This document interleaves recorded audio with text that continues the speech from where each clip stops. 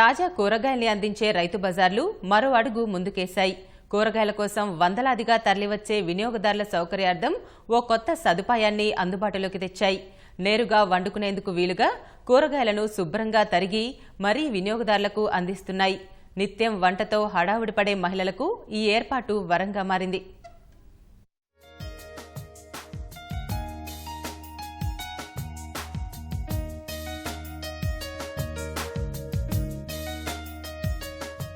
కూరగాయలను శుభ్రపరిచి తరిగి మరీ అందజేసే రీతిలో విశాఖలోని ఓ రైతు బజార్లో చేసిన ప్రయోగం స్థానికులను విశేషంగా ఆకట్టుకుంటోంది.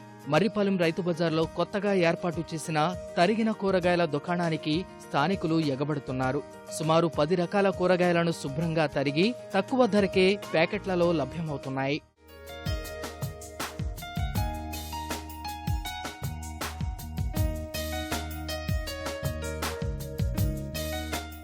తెల్లవారుజామునే కార్యాలయాలకు వెళ్లే ఉద్యోగులు, పిల్లల్ని బడులకు పంపే మహిళలకు ఈ ఏర్పాటు సౌకర్యంగా మారింది. తరిగిన కూరగాయలతో వంట హడావుడికి కాస్తైనా వెసులుబాటు దొరుకుతోందని వారు సంతోషం వ్యక్తం చేస్తున్నారు.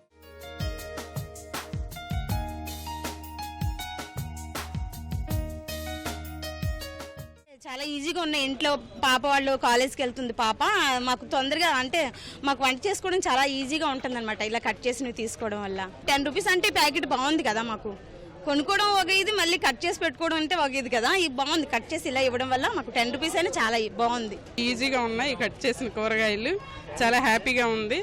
నెక్స్ట్ పిల్లలకి స్కూల్ టైమింగ్ సేవింగ్.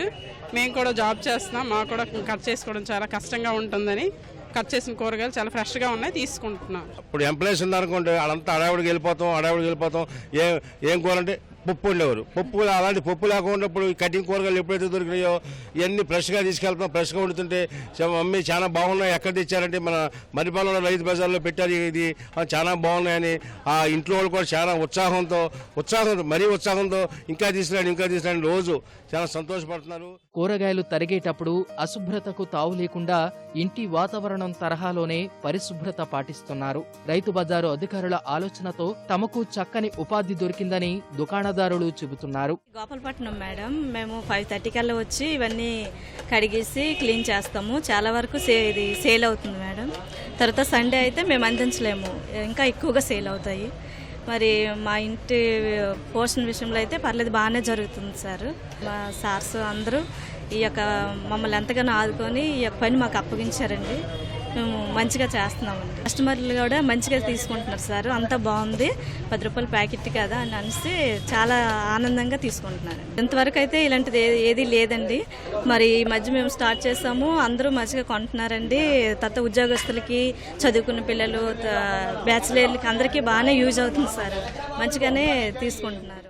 ఇక్కడ గోపాలపట్నంలో కూడా ఈ కటింగ్ వెజిటబుల్స్ అనేది ట్రయల్ బేస్ మీద పెట్టడం జరిగింది.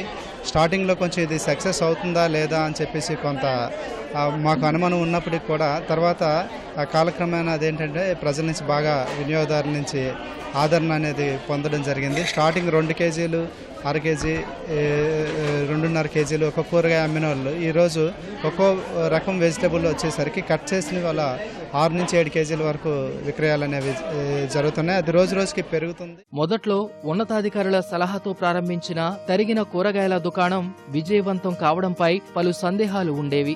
అయితే ప్రారంభించిన కొద్ది రోజుల్లోనే ప్రజల నుంచి విపరీతమైన ఆదరణ లభించినందున సంతోషం వ్యక్తమవుతోంది. ఉద్యోగాలు చేసుకునే మహిళలకు ఉదయాన్నే లేచి ఇంటి పనితో పాటు వంట చేయడం ఓ పెద్ద సవాల్. వంట చేయడం కంటే కూరగాయలు తరగడమే ఎక్కువ కష్టంగా భావించే వాళ్ళు ఉంటారు. సమయాన్ని ఆదా చేయడంతో పాటు సౌలభ్యాన్ని అందించే ఈ తరిగిన కూరగాయలు కొంటూ వినియోగదారులు ఆనందాన్ని వ్యక్తం చేస్తున్నారు. కెమెరామెన్ సిఎస్ శ్రీనివాస్తో స్వాతి, ఈటీవీ న్యూస్, విశాఖ.